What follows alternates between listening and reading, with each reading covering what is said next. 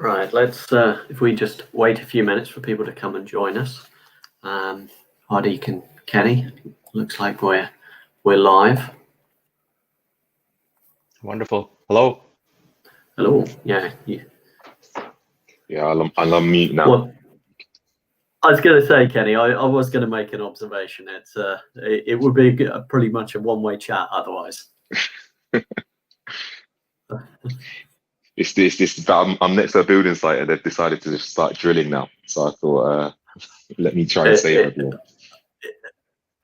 If it's any consolation, I've got builders in today. They luckily finished for today, but yeah, it's I share your pain. It's like living with power tools is interesting way to try and work. Yeah, not the best view either. I used to have a view of the park. Now it's just concrete. You got concrete or scaffolding. Yeah, you are in Manhattan, right? So nice. Is it Central Park you got the view of, or used to? Not anymore.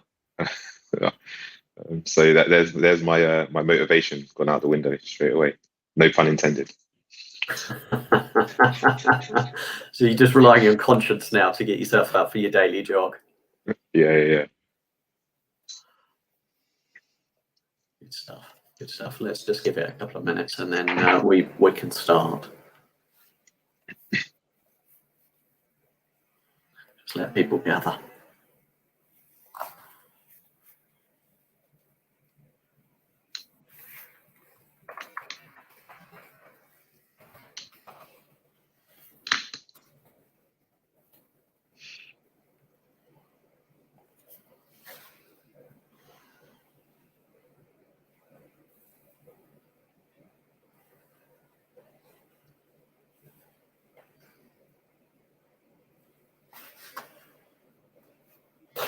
So we've got a few people just waiting.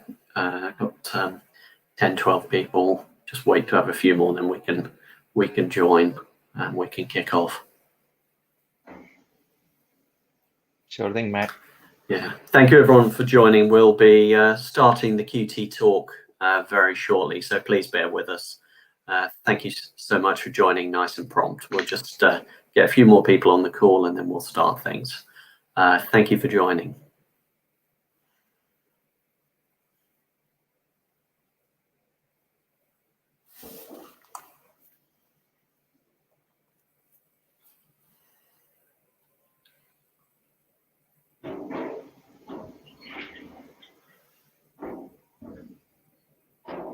Looks like we've got a couple of comments in, a couple of people joined us. Julius has kindly put a comment in. Hi Julius, good to have you with us. Appreciate your comment.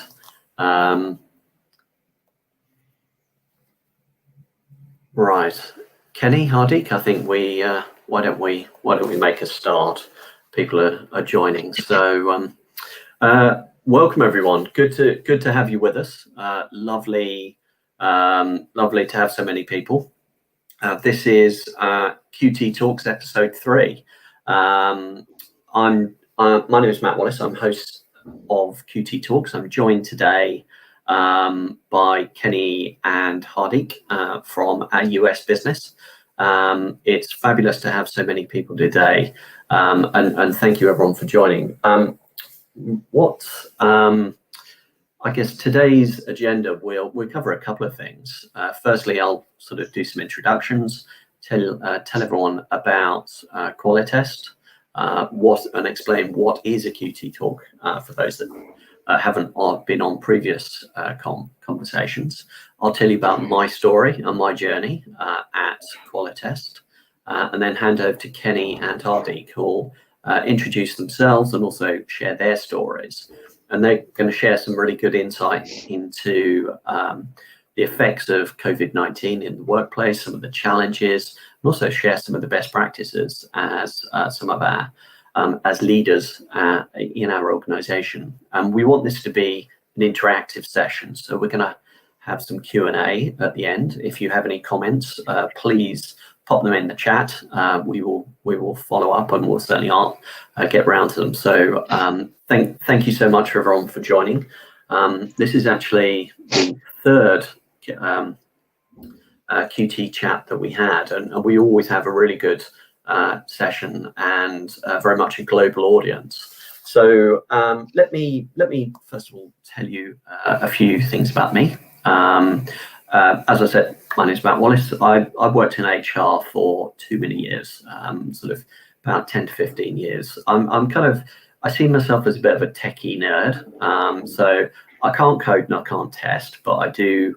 I leave that to the experts like Hardik and Kenny. But I do. My background is HR, very much working in a global HR capacity.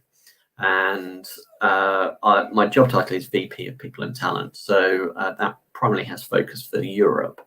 But ultimately, what does that mean? Well, the reality is I like my goal and what really drives me, and one of the things I really love about working at Qualitest, is to make sure that everyone has brilliant experiences, so that we have the right sort of people strategy to attract, retain, develop, and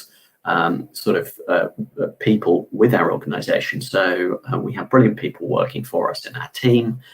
They can join us, have amazing careers, and develop with the organization. And we have people in the business who've been here for up to 20 years. So for me, that's important. So we've got brilliant people in the team.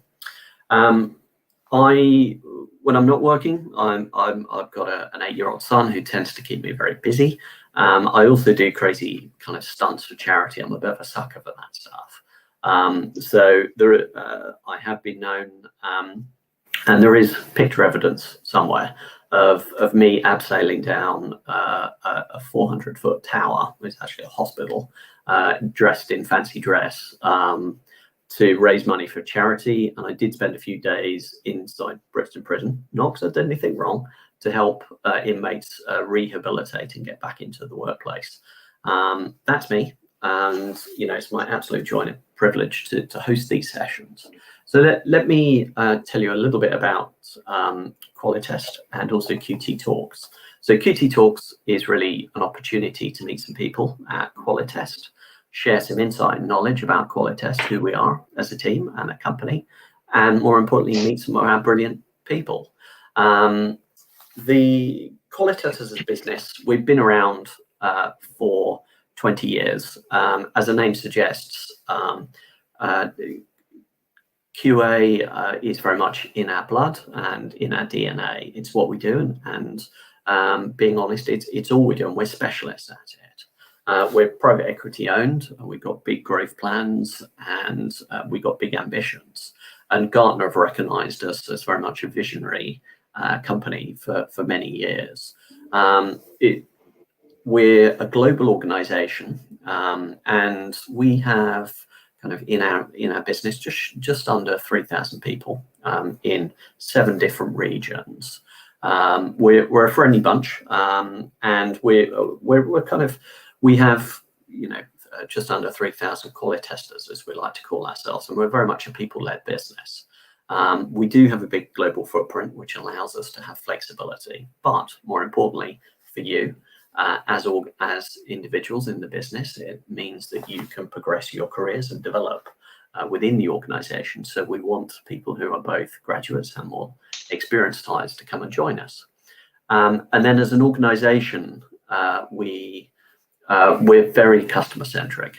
We are a customer-led consultancy, and our team adapt to work with our customers in partnership and trusted partners and advisors to really adapt to the delivery of what our customers need, to offer a wide range of bespoke solutions, be from fully managed testing and QA solutions to more tailored opportunities. And by being a global company with a global team, we offer the ability to scale and flex and adapt to our customers' needs. So from my perspective, people come first.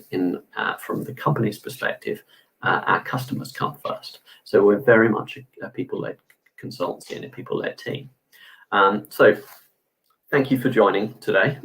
As I said, we will take questions, and thank you everyone for joining. I'm just going to hand over to Kenny, and Hardik to share their insight and their journey. So Kenny, over to you.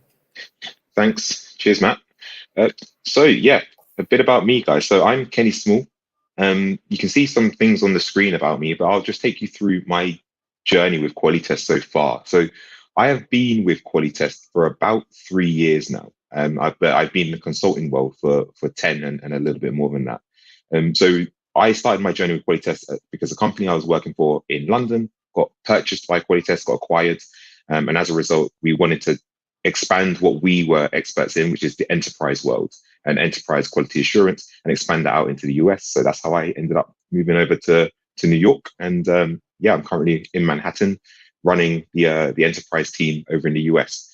So who am I in the industry? I would say is a IT leader supporting business transformation. So a lot of our clients are interested in how do we assure quality when there's a change. So we look at enterprise solutions, the end-to-end business processes, focusing on how do we actually get the business transformation live and into production whilst mitigating that risk.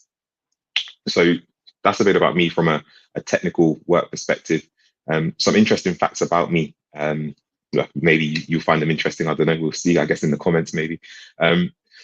Biggest fear, steep staircases. No idea why. A recurring dream. I actually climbed a Mayan temple in Mexico with my girlfriend then, who's now my wife.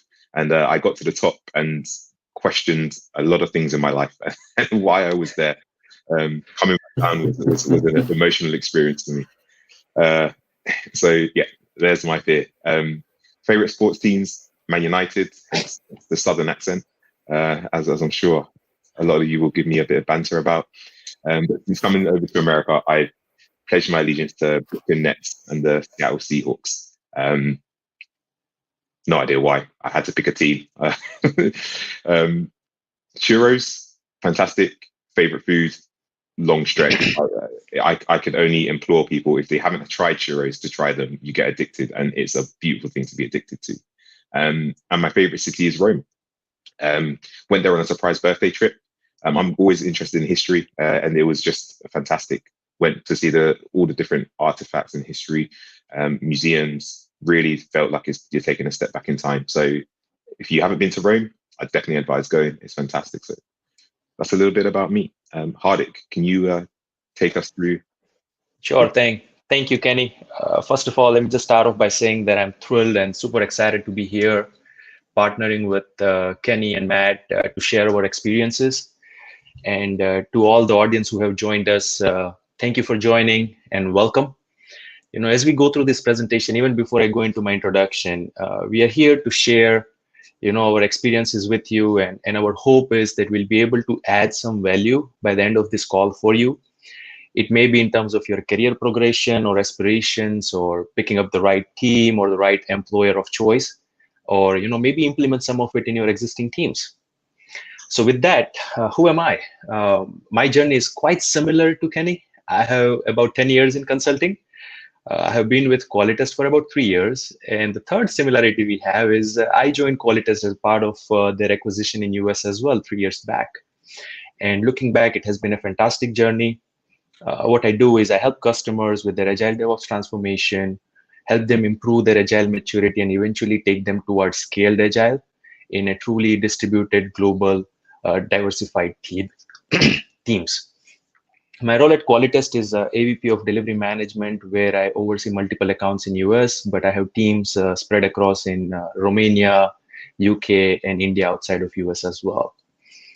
And some of the interesting facts about me is I consider myself that I'm not superstitious, but as I was preparing this slide about myself, and I kid you not, while I was thinking about some interesting facts, I realized that I have this multi-year 9x9 pyramid that I have been carrying around with myself for almost 15 years now. So it's nothing but a pyramid built with pyramids. I have a lot of happy memories with it. And I don't know, with some weird reason, I have it with me still now in the same condition that I got 15 years back. My comfort TV shows are, you know, Office. A lot of you can relate to that. Suits, it's one of my favorites. And Kenny lives in Manhattan. So I'm sure he has experienced that, and Madam Secretary. The first job I ever wanted was to build skyscrapers as an architect. I think I'm quite past that. So now all I can do is invest into them, and I look for opportunities anytime I get to invest into real estate. If you can move on to the next slide, please.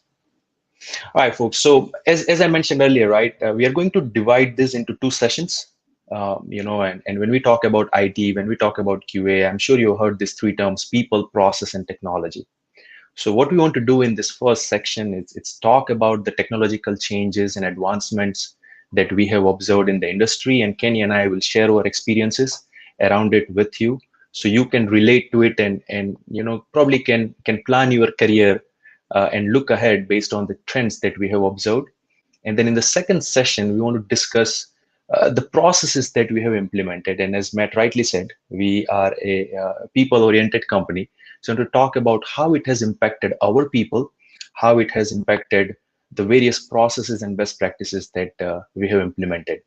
As we move on into these sections, I just want to clarify and kind of a disclaimer, right? These are proven processes that has worked well for us. Doesn't necessarily mean that all of it would work for you. So our suggestion or humble request to you is, you copy what you like and discard what you feel it's not relevant. With that, I'll bring up Kenny to talk about some of the trends that he has observed post-COVID into his enterprise leadership team. Cheers, Hardik. Let's get into it. So we've identified a couple of trends that we've seen and wanted to talk to you guys about, because it's really interesting to see that the media is reporting these trends and some of these memes we've seen on LinkedIn and other social media accounts, and how that's actually a reality to us on the ground. Digital transformation being one of them. There's a funny meme at the start of this period we're in around March, where it was what has caused digital transformation: CIO strategy, business strategy, or COVID, which is quite funny and also quite true. We found since Q1, there's a stat on the screen there, we've seen a 37% rise in cloud computing. And if you think about that this year was the first year AWS was the first company to breach the $10 billion mark as a cloud organization, that 37% rise is really, really big and quite a huge increase. We've seen that in our projects as well. So we've seen that our clients are now focused on how do we move our applications onto a cloud platform so we can be more versatile, be more dynamic, and react quicker. And part of that's because we move away from the office, and if you're on-prem and on-premise, you need to keep that maintenance there in your location. So we want to take that burden away from the clients. Now, what that means for us is there's a huge piece of work for lifting and shifting, and that's the business transformation I was talking about earlier. We try and help our clients on this journey of transformation, mitigating risk as we go, and thinking of creative ways to try and maintain the speed that's required as people need to react quickly in this pandemic, and also maintain the quality. It's made difficult because people are working remotely, which is the other trend we've identified. If we look at a stat there, 33% of the US workforce works remotely now, which is a huge number when you consider the population of the United States. When we look at how that's impacted us, we're currently at over 90% of working remotely, and we achieved that within a 48-hour window. We had no choice, and we're going to go through some of the lessons that we learned of how we did that later on in this presentation. Working remote, it's a big challenge. Everyone's adapting. It's new for us all. We're trying to figure out how we work, and a lot of this is getting feedback from our teams to understand what are the challenges they're seeing on a daily basis with working remote. How do we need to react as a leadership team? And we're learning as we go, and we want to take you through some of those learnings. And there's actually an image that's meant to be here, of the 6 boxes of what people think we do versus what we actually do when working remote. And I'm sure everyone can relate to this. This is one of the biggest impacts, I think. Hardik, which one would you say you are? Well, I would say, the last image resembles it properly, and the second last image. The only difference is I don't scream and yell. I do my very best not to do that. But it's mostly sitting in front of computer and being on calls with this. So I can totally relate to that. And I can also feel that, that's what my parents think. That's what my family thinks. The first image. No, you are working remote, right? You don't have to go to office, and that's so surprising for them. So yeah, this is funny though. Matt, what about yourself? Oh, that's a good question. Probably not sleeping with the dog. Are you Because sure, Matt? no, well, Is probably it with the 8-year-old? Is it with the 8-year-old? no, If not with I the do. There are times when I'm in the dog basket, but that's a different point. I think it's probably somewhere between the toddler with the laptop and the popcorn. It's that feels like that somewhere between those two feels like my life at this minute. Wonderful. We're going to get you those nerdy glasses, Matt. Yeah, I know. I could do with a pair. Wonderful. So yeah, there's some of the trends we've seen, and we're going to talk through a little bit about that later on. But Hardik's now going to take us through some of the technical things we see. Thank you, Kenny. All right, folks. So these are the two trends that we have observed and we have helped customers even before COVID. But the reason we put agile transformation and increased security risk is because of the prioritization of work and the importance these two trends have received post-COVID. And what I mean by that, it's, COVID really opened up the eyes for all the IT leaders that, gone are the days where you can have a centralized team in one particular location when you talk about your journey from waterfall to agile, or even talk about your agile maturity, right? Because that was not an option anymore. And with folks working remote, we see that more and more industry leaders are being open towards having a globally distributed team or dispersed team. And that brings up the challenge of how to keep the organization nimble, adaptable, and being able to adjust on the fly when you have 10 different work locations in 10 different time zones, where your team's working in, let's say, Romania, UK, India, and multiple several different time zones in US. Right? So these are the things that we have observed has really picked up. The second observation we had is with this agile transformation, how do you stay on top of the customer needs? And for us, we have our customers, but what I mean here is the end users, the customers who use the products, and how do we stay on top of their needs and better serve their needs as we quickly adapt to this changing world. And the third and the most important one, at the end of the day, this is how businesses make money. It's deliver instant, frictionless value on scale, right? What we want to do is not only have a product in the market, but also provide enough value to our customers, which increases the end user base and generates revenue for the customers. And this is one of the quote that we found on Forbes, which says that the long-term growth of truly agile organizations is 16% versus 6% in a non-agile organization. And if you look at an example of Amazon or Microsoft, all the big cloud companies, you can relate to it. They are so nimble that they change their product lines and their focus based on the customer needs. And that's why if you're anywhere close to tracking the S&P 500, you can see that these are the organizations that have hugely benefited with this change. And this is what we do.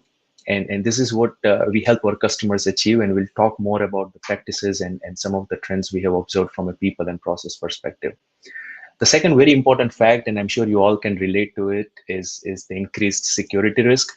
Because before COVID, we all used to go into office, we had our badges, you connect into the office network. So security breach and chances of that are quite minimal. And even if it happens, the IT team is on top of things because all the laptops or computers are under the one centralized network. But now with people working remote, there is an increased security risk because now they have to track hundreds of thousands of networks. There are potential delays in detection because there is no centralized process in place. Plus, a lot of the times, right, we travel, we are meeting friends and family members, and we are using and getting exposed to other networks. So we are exposed to other physical security risks. So all of this, combined together really brings out the importance of security risk for our customers. And we have seen that firsthand by our customers prioritizing the cybersecurity practice where they need more and more focus, not only around the traditional functional and automation testing, but also around the security testing and making sure that it's prone from the influx of cyber crimes. So with that, these are the 4 trends to summarize: digital transformation, working from home, agile transformation, and increased security risk. So these are the trends we have observed, and probably you can relate with your existing career on how you can tap into any of these areas, maybe one or even more than one areas that can help you with your career progression. In the second half, what we wanted to talk about is the processes and people, right? So at a very high level, we will cover how the decision-making processes have changed and what is the importance of employee engagement, how automation has changed in this entire picture of digital transformation and agile transformation. What does it mean working at Qualitest, because we are a management consulting firm and we help our customers improve their quality and product value. So Kenny would help us cover that, as well as the importance of work-life harmony. So Kenny, would you like to touch highly at a very high level on the topics you are going to cover and what our audience should expect in the next 15-20 minutes? Sure. So I'll touch on hiring consultants, not testers, and how that's been driven or that's been accelerated through the challenges and the trends we've seen from COVID. And the impact of that is also work-life harmony. So we need to make sure that our teams are working in a positive environment. We're elevating that conversation to the leadership level. We're making sure that we adjust and pivot as we need to make sure we're getting the best productivity out of our team and our team are happier.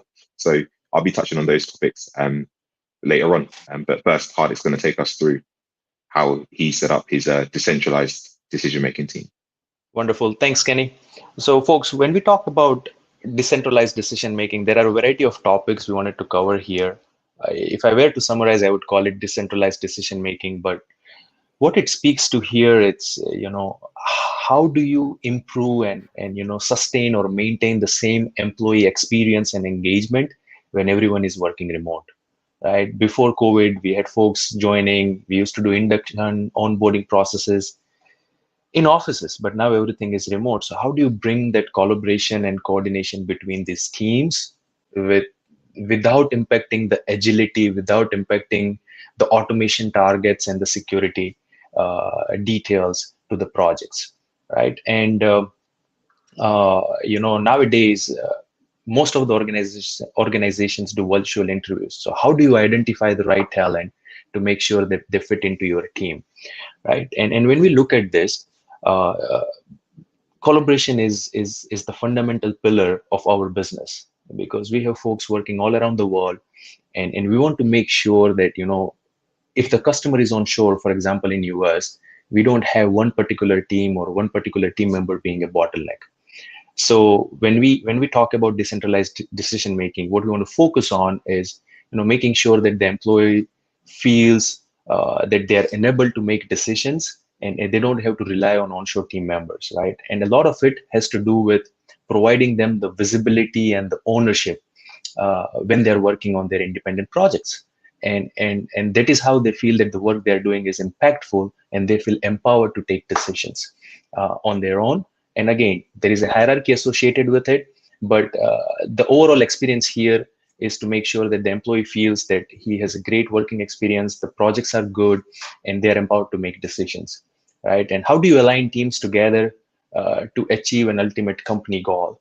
That is another challenge that we have observed post-COVID, because now that everyone is working remote, and especially when you hire new members, they need to know, they should not feel that because of the lack of ability to meet people face to face, it is impacting their career or it is hindering their career growth, right? So we do a lot of things around this to make sure we improve the experience, the collaboration is there, coordination is intact between these various teams.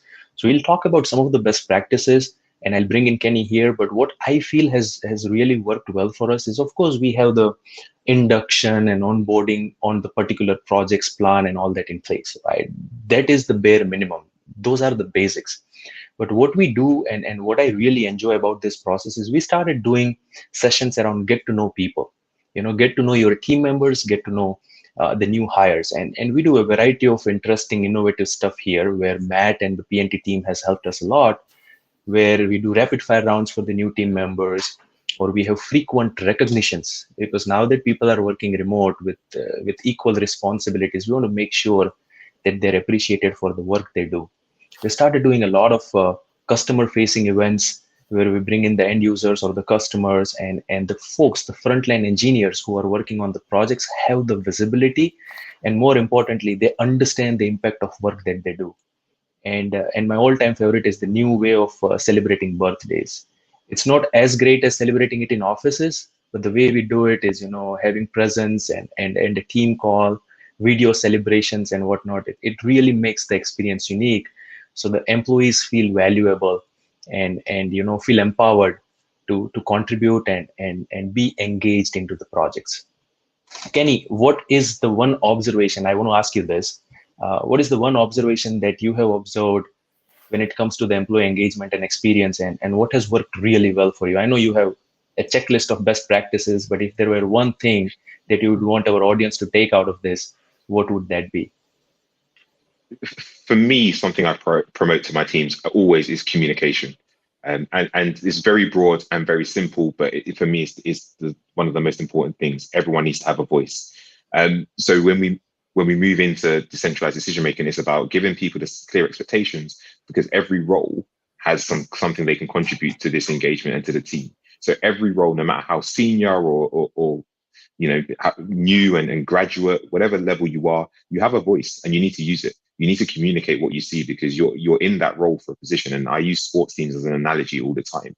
And sports teams, everyone has their thing to do. Of course, you have the star players, but everyone has a part to play in the team goal and the team moving forward. And in our world, it's about communicating. So I make sure I set the clear expectations amongst the team and make sure that everyone, no matter what their role, has the platform to voice their opinion and be part of the team. Because we need Absolutely. people to make decisions from wherever they are. Right. And on that note, right, one of the things that I missed, it's leveraging the technology to your advantage, right? We are not a company or the projects that we run where everybody has to be on video all the time, right? But you leverage it to your advantage, right? You have certain events where the team gets together, but having them on video calls for each and every meeting will just burn the employees out, right? And the same goes when it comes to having clear boundaries and limitations, because when you work with globally distributed teams, you need to respect the culture. Different countries have different holiday calendars, different work-life balance definition, right? So having those clear expectations and clear boundaries defined can really bring out the engagement of all the employees and the respectfulness that they should have amongst each other. Thank you, Kenny. If we move on to the next slide, please. Just before we jump in with myself, I want to take this time, just have a pause, Matt. Are there any questions coming through you want us to engage with at this point? Yeah, there are actually. You're and thank you for referring. I was just having a look. There's some brilliant questions in. Just having a look in the chat. So it looks like we got a wide range of people joining. Some really some people interested in coming to join us. So thank you. Thank you, Julius, and thank you, Satya. Our teams will kind of reach out and we'll have a chat separately. Kenny, just looking at the comments, Theodore looks like is a fan. Certainly got, he's been to Rome too, so you've got a fan in the audience. And there is actually a question from C. Kelly on YouTube, actually, and I think it's a great question, probably for all three of us as leaders. Have you had any impacts, or how have we had impacts to hiring people during COVID, and how have they changed? And how do you manage remote onboarding to ensure that new hires are taken care of? So I guess it's a great question in terms of how do we hire people? Do we hire people differently during COVID? And also, how do we make sure that people have a great experience when they come and join? If I'm honest, I'd love to give my insight, because I joined the quality tester 30th of March, so kind of start of lockdown. So I guess I'm a bit of a virtual employee myself. It's one of the few organizations I've never actually met my boss in person. We do a lot of virtual calls.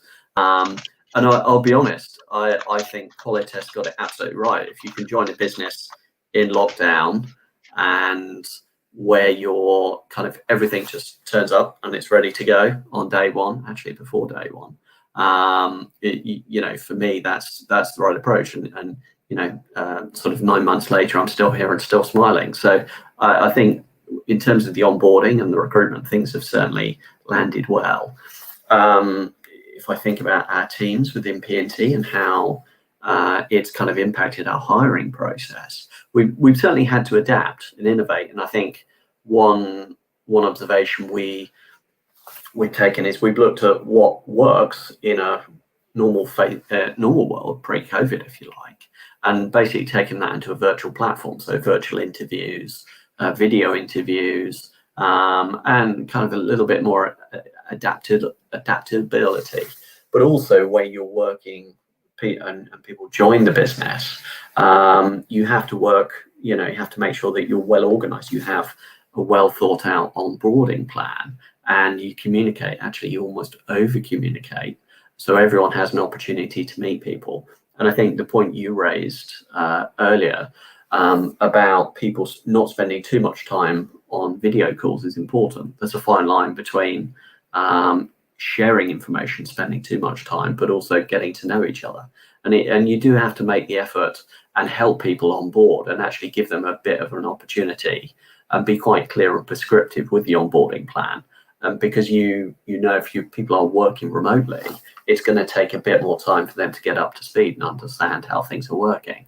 So you kind of, as a leader and manager, and certainly an HR and P&T function, we need to be slick, we need to be organized, but we need to give people the chance to actually do this and give them support, not just, day one, kind of give them nothing. You have to help them. And for me, I think it's almost part of our values, how we treat people with respect and dignity and help them all the time is absolutely key. For me, like I said at the start, part of my mission is create brilliant people experiences so people enjoy their time at Qualitest, have a brilliant time, and then want to progress careers here and go through the steps and move forward. That for me is kind of, as I see it. I mean, Hardik, Kenny, you share your insights and thoughts. So yeah, from my side of the fence, the hiring process has changed. There's no more meeting people in person, as you pointed out. You've made some great points there, Matt. So I'll try not to repeat or dwell, just to pick some different angles, and I'll be quite quick about it. What I have seen and what my team have seen is that the hiring process has become accelerated. It's got a lot faster, and that's because we need to move a lot quicker. When the challenges come up, we need to grow the teams and ramp them up very quickly. So my personal experience is that it's got faster. We're having to make decisions quicker in terms of the actual hiring decision. And then in terms of the onboarding, it's trying to make sure we keep those existing or the pre-COVID tendencies there. So we need to introduce people. We need to make sure the teams know each other. There's a personal relationship first, because you don't want to, although we're having to move quicker, we don't want to just throw someone into a project without context, without knowing their team, knowing who they can call and rely on. So we spend a lot of time introducing and just getting to know each other. It's similar to the opening slides we had about interesting facts, because you don't have that coffee break anymore. You don't have that, let's go and grab lunch together. So we try and instill that and enforce that at the start of every call we have.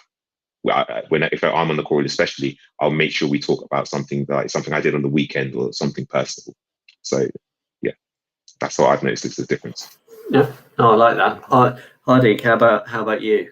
So if I were to add on top of what both of you have added, I would just say that, in summary, it's about setting the new employees up for success, providing them the technological information and trainings that they need. It also talks about the various processes that Kenny mentioned, right? Having clear boundaries, help them understand the response time expectations, response plan for variety of events and whatnot. So everything that is related to the process. And the third aspect, what you mentioned, Matt, it's about knowing the people, right? So ultimately our goal is we are making an investment and we are a people-oriented company. So when we invest into people, we want to make sure we are setting them up for success, because we are only as good as the people that represent us.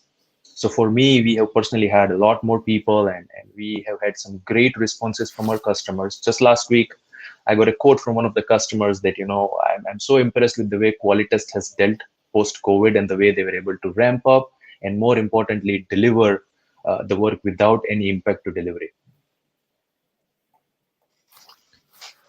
Perfect. No, great answers, guys. Thank you, and great question. Please, if you have any more questions, please pop them in the chat, and we'll come to them at the end. Thank you, Kenny and Hardik.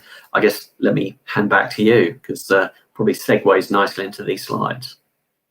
Yeah, definitely. And then quite relevant going into hiring consultants and not testers.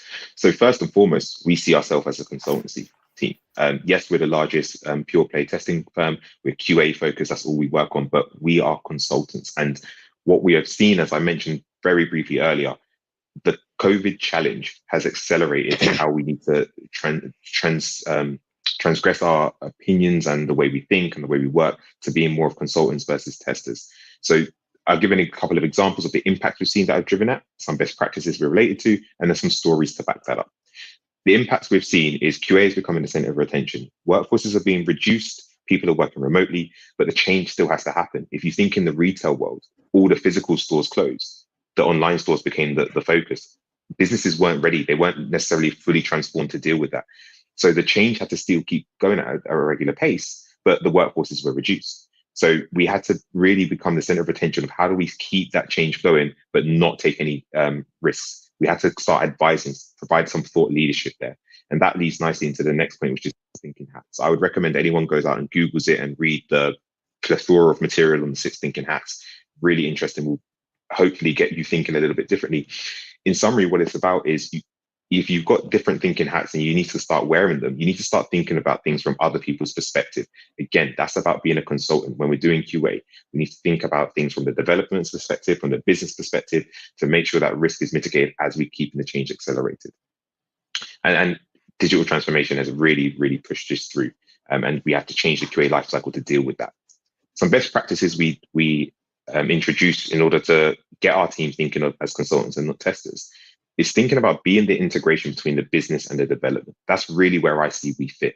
And we provide that thought leadership on how do the business requirements get translated and how do we get the development team to deliver that to ultimately produce a product into production.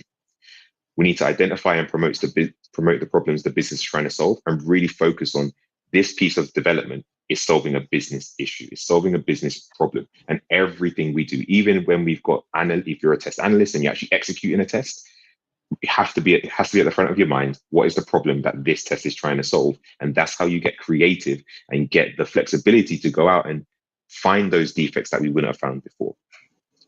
So to bring in some stories to really try and hopefully help this resonate, you've got an image on the left-hand side of the screen there, which is essentially, it's a real project plan. And what it's showing is how we become less and less involved as we move through the phases. And that's because we're consultants and we're thought leaders. So when it's in a technical stage at the start, we're heavily involved in the actual manual testing or automated testing, as Hardik would touch on.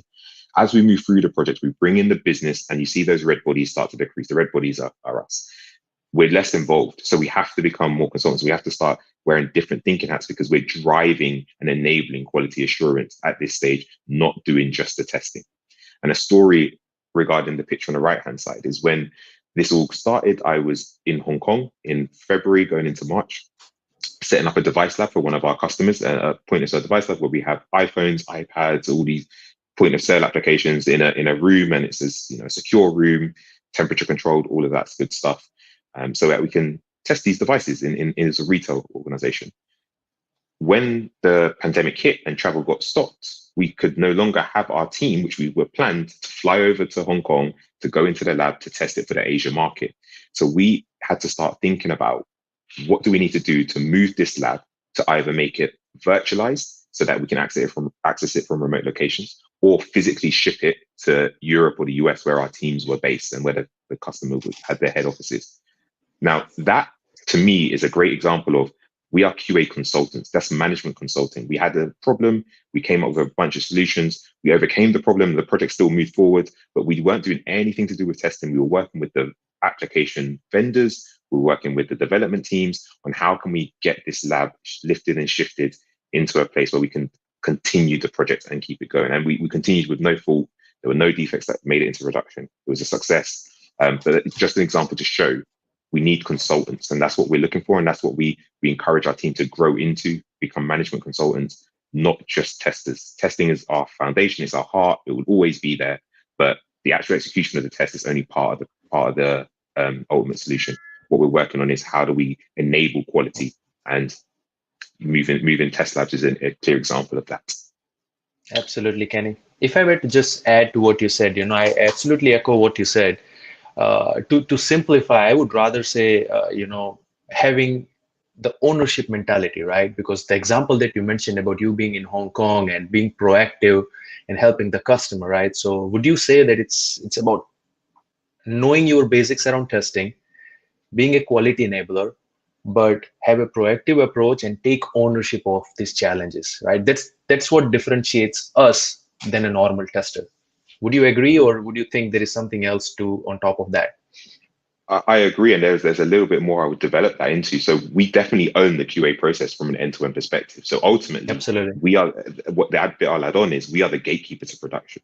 So nothing gets delivered to production unless we have given the go-ahead, which is built of a bunch of metrics, processes, best practices, but ultimately KPIs, right? All of that, the boring stuff. But yeah, we own the process. So the lab being restricted in Asia and the whole team being spread across Europe and the US, as well as the client team, and we couldn't fly there anymore.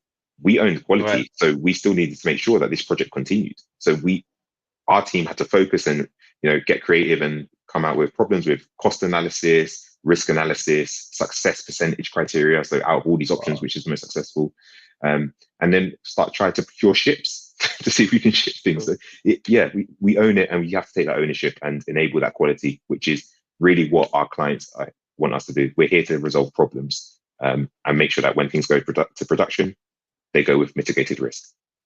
Wonderful. Lovely. Great stuff, Kenny.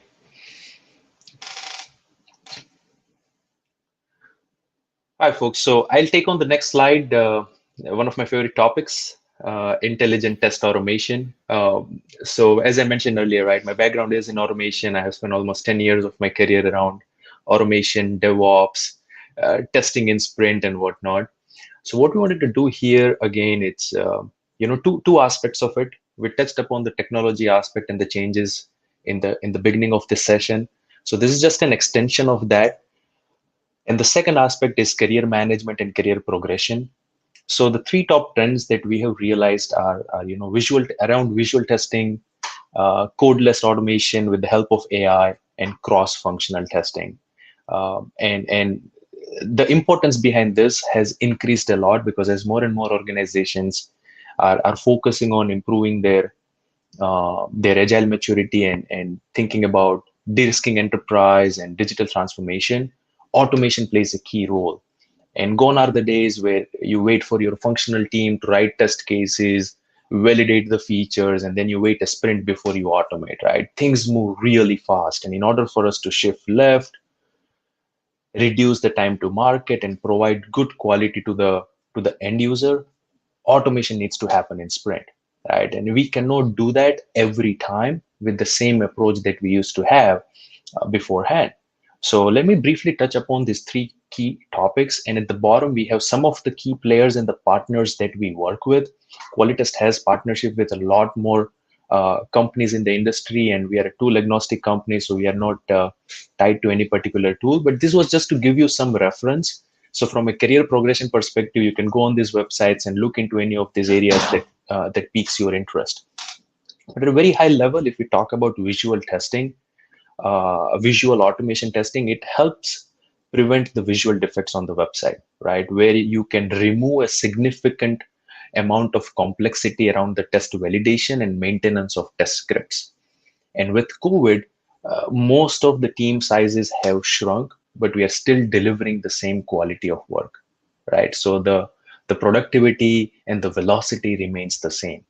And we cannot do that by continuing to do things that we have been traditionally doing. And that is where visual automation testing comes into the picture. And then Sauce Labs and Applitools have some great product around it. And I know Tricentis is coming up with something similar. But the goal here and the way this works is, you have an automated process to compare visible output of an app or a website against a baseline image. So it's a visual AI to avoid false positives around image tracking. And if you're a functional tester thinking about career progression, this can be a great way for you to tap into automation, where you are still leveraging the expertise that you have in functional testing, but you have multi skills developed along the way, where you are getting involved into the latest trend, which is data science, AI, and automation. Okay, so the second thing, it's cordless automation. And you won't believe how many times I get asked these questions by the folks who are working in the testing industry, that hey, with automation picking up interest, will we end up losing our jobs as functional testers or functional engineers? And let me assure you, that is not going to be the case. These are different pillars of a software development lifecycle and the testing strategy. So yes, automation is of utmost importance, but it does not mean that it would come at an expense of functional testing. With that, codeless AI automation helps you accelerate testing without writing a script. So it's script-based, AI-based, no-code approach for end-to-end test automation. And we use this on a lot of our accounts with a lot of our customers. It's not an ideal scenario for every event, but if you have a big team of functionality specialists, and this happens a lot in BFSI sector, where you have functional analysts or business analysts, and if you have a big team who are functional experts, this can be the right solution for you.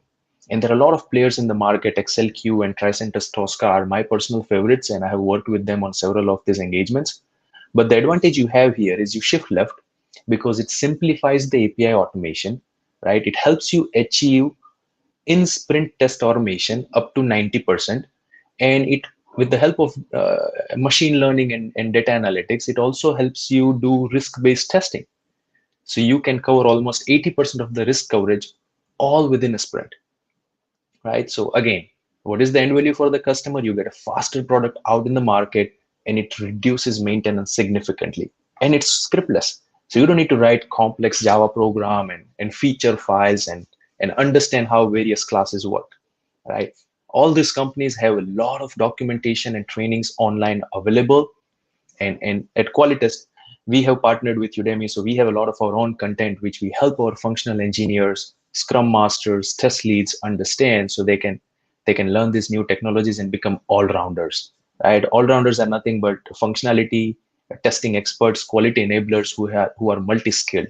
So either they get into visual testing, performance testing, cybersecurity, automation, something on top of the functional testing, because this is what has really helped personally to me and a lot of our team members grow in their career a lot faster.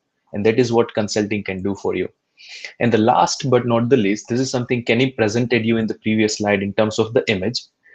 Why do we have so many devices on the platform? It's because we were doing cross-platform testing, right? So this has picked up a lot because this helps you test your automation scripts across variety of browsers, variety of cell phones, iOS and Android. And this trend has been around for a while, because as a mobile engineer, I used to do this 5-7 years back. But the advancements that we have seen into this, it's a lot better. You can put in any geolocation and test a script for any location sitting at the comfort of your home, probably in your pajamas on a couch. Okay, and you can do the same for network virtualization as well. So you can test 2G, 3G, 4G, 5G, Wi-Fi, all different networks by just tweaking the script a bit. And again, it reduces the maintenance significantly. So if you were an aspiring automation engineer, I would urge you to look into one of these three trends and see what aligns best with your interests, because there is a lot to offer here, which does not require a rocket science degree. Just one question, Hardik. I think we've spoken about this a few times. When we go to codeless automation and scriptless, and you mentioned maintenance is reduced, how much would you say it's reduced from actually having some hard code written in there? Because this is a challenge that we get all the time, right? Every week, really. Yeah. Even with automation experts, the challenge we have, it's the benefit we have, I would rather say, with codeless automation, it's record and replay. So you can reuse most of it, okay? And then it is leveraging AI. So the minor changes and the XPath changes in the website can be identified with the help of AI. And the way they do that is they have an automatic recording assistant. It's called ARA. And then the second thing that we use a lot, Kenny, for the project that you mentioned in Hong Kong, it's mobile-based test automation. So I would say, to answer your question, it reduces the maintenance efforts by almost 80%. It provides continuous testing, and it can support more than 160 plus technologies with the tools that we have mentioned in the market. So this is a solution that would pretty much work for each and every customer. We have to weigh the pros and cons, of course, just like any project. What is the existing, traditional Java Selenium framework that we have versus what is the skill set of the team? But I would say if you're thinking long term, an automation ROI on similar projects would take anywhere from 3 to 6 months. But if you're thinking long term, significantly reduces up to 80%. But we have traditionally seen anywhere from 60 to 75% on our projects. Yeah, definitely going to need to take you up for a drink after this to make sure we can deliver that timeline. Would love to.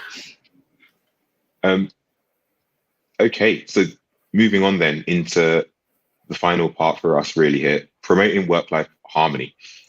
This, in my view, and what my teams have experienced and what everyone's really experienced is one of the biggest impacts to what we've seen through this pandemic of we all now have to work remotely. I mean, in the IT world, it's a lot higher than the average. We're at 90%, over 90% actually. But there's an impact to that. So we're learning as we go. We're trying to make sure that we continue learning, continue making changes, receiving feedback to create the perfect environment for our teams to work in at home. So we need you to be the best version of you. So the problems we're seeing, or the challenges we're seeing rather, work and home is the same environment. I've experienced that. I'm sure everyone has. It's hard to make that disconnect. And it does result in, when do we switch off? When do we log off? I mean, at the start, I was working till 9 p.m. and not even realizing it was 9 p.m. There's the pressure to always be available. So we've adapted to that. There's no more calls after 7. We've tried to not do calls after 5, but after 7, no more calls, no more emails. We try and create that disconnect. You don't always have to be available. You need to live. There's frequent interruptions. We're at home. There's people around. There's dogs around. There's kids. So we normalize that. We have to normalize that. Don't make a big deal if a dog starts barking. It is what it is. Let it go. We need to make sure that the goal of the call, or the reason we're speaking, is clear, and we address that. But there may be interruptions. And one of the biggest challenges for me is, if you've worked with me before, you know this, I love a whiteboard. So if I ever visit my teams, the first thing I do is say, book a meeting room with a window, because I like natural light, and a whiteboard. And I go in, and it doesn't even matter what we're talking about, I'm scribbling. We can't do that anymore. So it isn't the same over, whatever medium you're using, whether it's Teams or Slack or whatever it may be. So it takes creativity a bit longer and ideas a bit longer. So we've had to work out different techniques of getting the best out of our people. So there's a difference, in our opinion, between work-life balance and work-life harmony. This is Jeff Bezos, so probably a man to listen to when he talks. He words it as balance. The idea of balance is that there's 2 parts and they have to be equalized. Harmony is, in my interpretation into it, is it's a circle. There's loads of moving parts, and we need to try and get them all moving and flexing. And sometimes work is going to be a little bit higher. Sometimes you need to understand when it's too high and make your personal life a bit higher. So the balance doesn't always have to be the same. It fluctuates. And I think we need to accept that. And that's something I've been promoting to my teams of, look, one of my guys, he works, I think, 3 days straight till 2 a.m. I just gave him the week off. You need to sometimes prioritize your life. Otherwise, I'm not going to get the best version of him because he's overworked. So there's some best practices I've got written down here very quickly. I'll let you guys read this at your own leisure. There's just a couple I want to pick out before I ask Matt what we're doing in a more structured manner. I think it's very important to create a dedicated workspace. Make sure you have that connection to work, and then you can break away. I started off working out on my breakfast bar, at my desk, on the sofa, and then when was work time, when was home time. So I think out of the home side, that's one part. And then out of the work side, I would say the first 3 to 5 minutes of every call, make it a conversation, not about COVID, just about something simple you're doing in your day.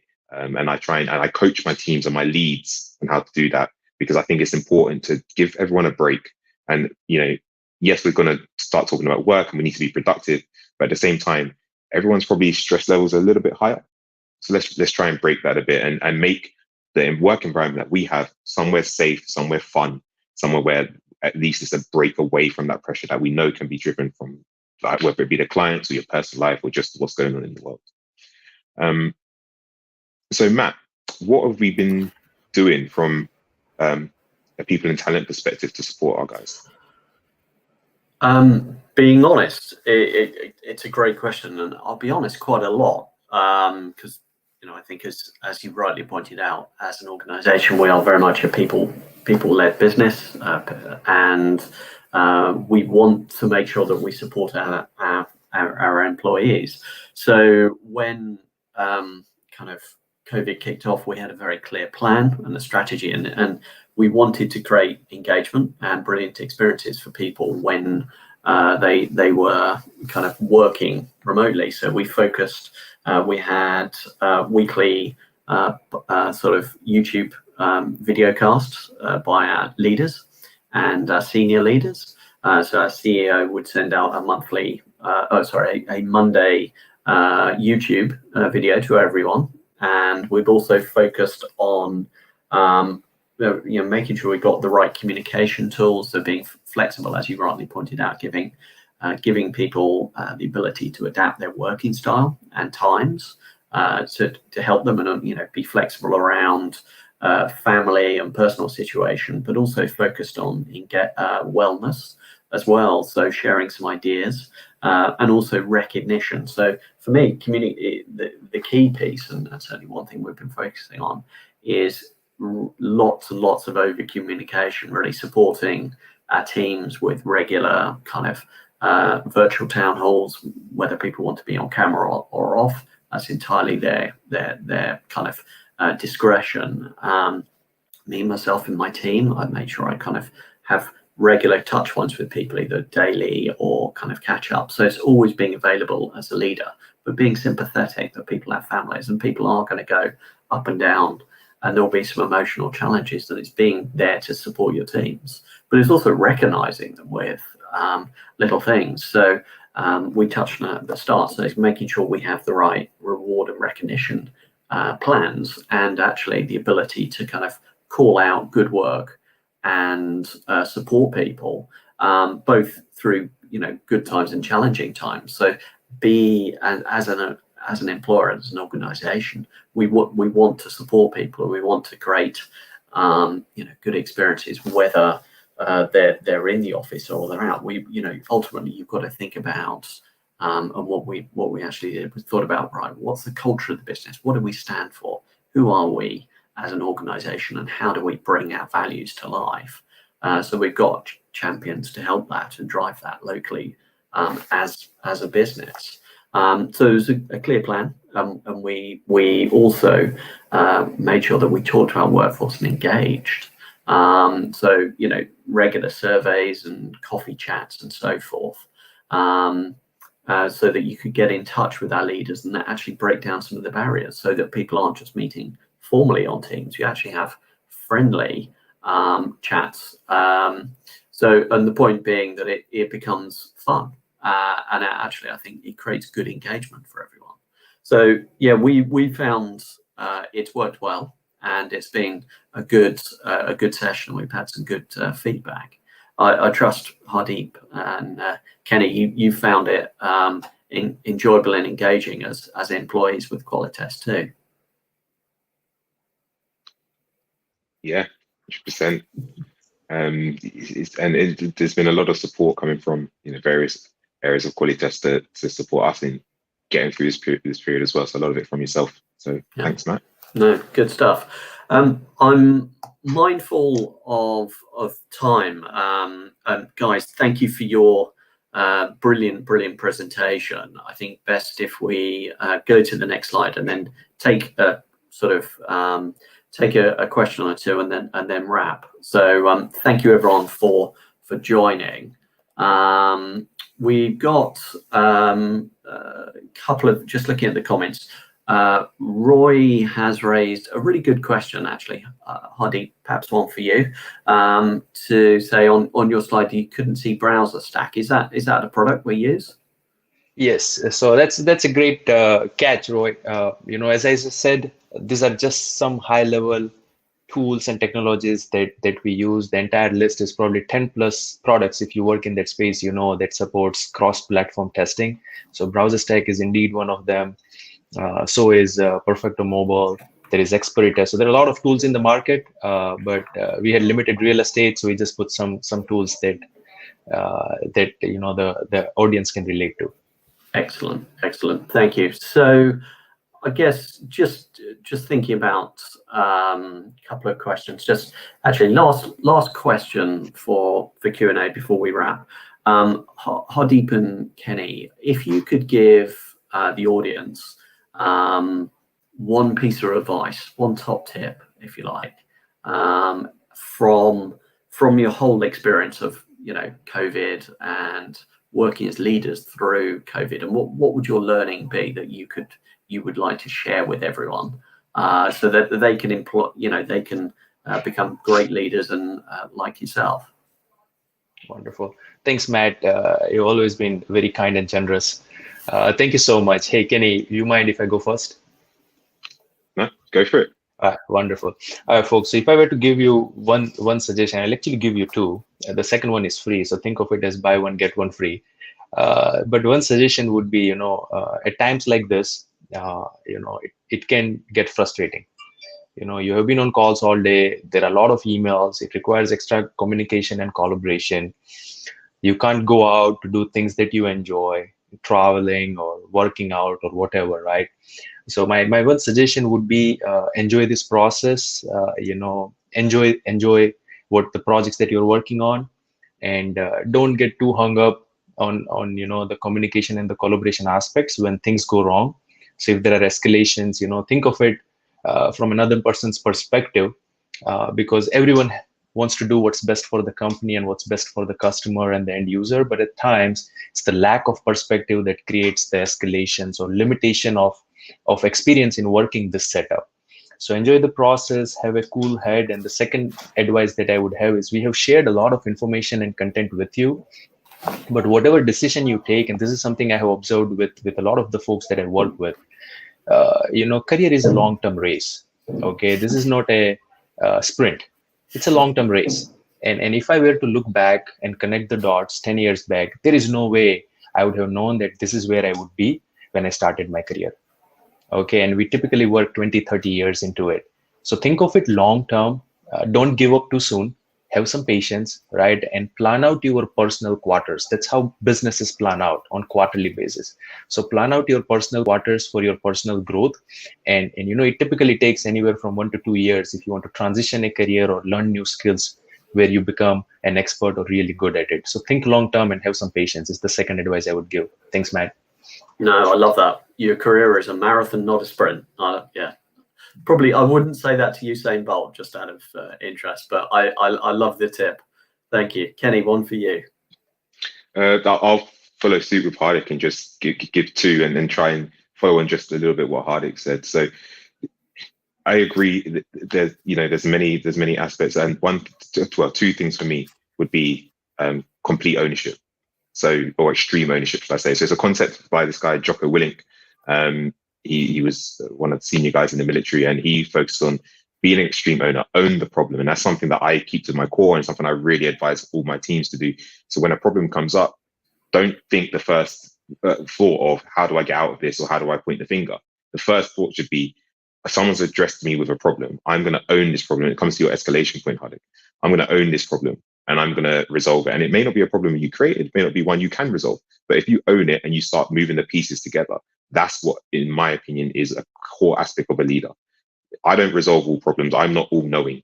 But what I do is I bring people and I put the right people in the right places to resolve problems. The other point, which is a bit more direct and quite quick, is go outside. Particularly in this time, I'm fortunate enough to be by Central Park. So I've started to take some meetings before 10 a.m. in Central Park. I used to feel guilty for leaving my apartment and would work from 6 till 9, 11 p.m. and then become a bit more frustrated and not the happy Kenny I hope people see me as. So I start going outside and I take my meetings outside and I tell people that, and I encourage others to do the same. Get outside, get fresh air. And if you've got a park nearby, take the meetings from there.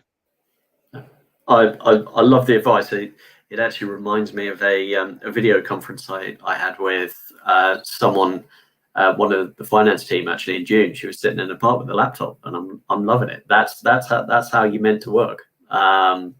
Brilliant tips and advice, guys. Thank you. So I guess my top tip that I would share is enjoy. I think really building on what Kenny and Hardik have said. Enjoy this time. It is a unique experience, but have fun. You know, I always approach any kind of challenging situation in life, and I've had a few, with a positive mental attitude. You know, always have a laugh and always enjoy things. Look on the positive and bright side of things, because that you've got to have. And don't take it too seriously. Just go with the flow and really enjoy it. That's certainly my perspective. Certainly as host of this QT Talks, Hardik and Kenny, thank you. It's been a pleasure for you to come and join us. Thank you for having us, Matt. No. Thank you for having us. This was great experience. No, pleasure. You no doubt get invited back by popular demand. Thank you to our audience. Thank you for the questions. We will happily respond to people if we haven't had a chance to raise your question. Please join us on the next QT Talks. And thank you once again. See you soon. Bye for now. Bye. Cheers.